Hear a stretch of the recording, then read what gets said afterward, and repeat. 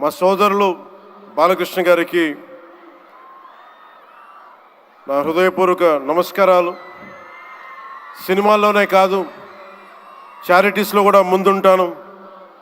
ఆ చారిటీస్ని గుర్తించే నరేంద్ర మోదీ గారి నాయకత్వంలోని కేంద్ర ప్రభుత్వం వారికి పద్మభూషణ్ అవార్డు ఇచ్చి,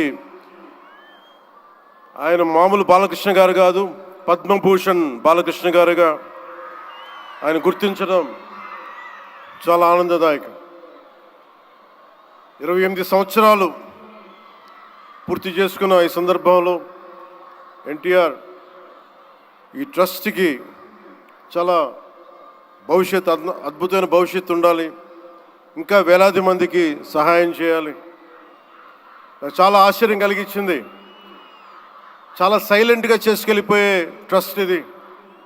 నాకు ఎలా తెలిసేది ట్రస్ట్ గురించి అంటే, చాలామంది డాక్టర్సు విదేశాల నుంచి వచ్చి అక్కడ విదేశాల్లో మేము డబ్బుల కోసం చేస్తాం, కానీ దేశానికి వచ్చి ఎన్టీఆర్ ట్రస్ట్కి వచ్చి చాలామంది గొప్ప ఆంకాలజిస్టులు వాళ్ళందరూ వచ్చి